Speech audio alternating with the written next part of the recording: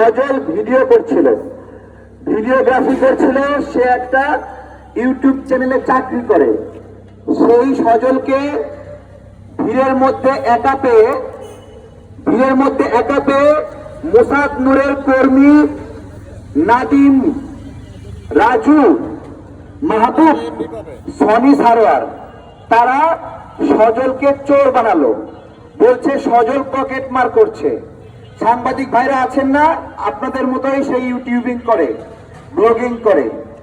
তাকে ওইখানে পকেট মার বানায় মদ তৈরি করলো এবং বেধড়ক লাঠি, মুখে ঘুষি পড়ে গেল।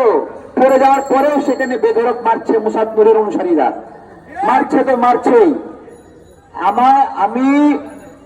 আমি ভাবলাম যে এভাবে কাকে মারে। আমি তো কাউকেই মারার বিষয়ে সম্মতি দিতে পারি না বা মারতে দিতে পারি না।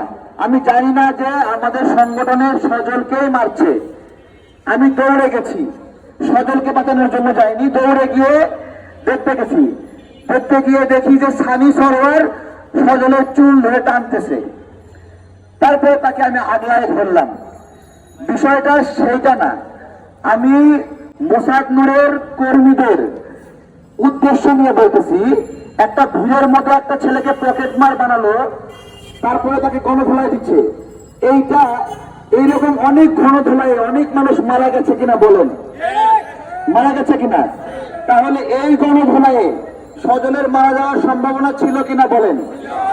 আমি মোসাদ নূরকে জিজ্ঞাসা করছি, তোমার কর্মীরা এই যে সজলকে গণধোলাই দিয়ে মারার চেষ্টা করলো, সে যদি মারা যেত, আমরা যদি উপস্থিত না হতাম, তুমি দায় দিতা? আমরা শুনেছি আল রাজি কমপ্লেক্স অনেক আগে ইসরায়েলের গোয়েন্দা সংস্থার একটি শাখা এজেন্ট ছিল 2008 সালের দিকে। এরপরে এখন দেখছি সেই বিল্ডিং এই নুরুল হক নূরের জায়গা হয়েছে। সেই বিল্ডিং এ কেন জায়গা হলো আজকে জানতে যাচ্ছি। আমরা মোসাদ নূরের কাছে জানতে চাই গতকালকে আরেকটি ঘটনা। সাংবাদিক ভাইরা শুধু বলবেন এই ঘটনা সত্য কিনা মিথ্যা। একজন সাংবাদিক ভাইয়ের বাইক নিয়ে আসছেন, সেই বাইক থেকে মোসাদ নূরের কর্মীরা তেল চুরি করতেছিল। তেল চুরি দেখা ওই সাংবাদিক ভাই ওখানে তাকে ধরছে এবং ভিডিও করতেছিল, তেল চুরি করতেছিল। এরপরে সাংবাদিক ভাই তাকে জেরা শুরু করছে। এই জেরা করার মাঝখানে মোসাদ নূরের কর্মীরা ওই সাংবাদিক ভাইদেরকে ঘিরে ধরে এবং বেধড়ক মারে এবং তার মাথা রক্তাক্ত করে ফেলে। আমি সাংবাদিক ভাইদেরকে বলবো, আমি সত্য বলছি না মিথ্যা বলছি, ক্যামেরা পেছন থেকে আপনারা বলবেন। আপনারা কি এই ঘটনা জানেন? মাথা ঝোঁকালে হবে? শুধু মাথা ঝোঁকালে হবে? আপনাদের একজন ভাইকে মারলো কেন? নূরের কর্মীরা তেল চুরি করতেছিল বাইক থেকে, মানে ওরা বাইক থেকে তেল বার করে নিচ্ছে বোতলে করে।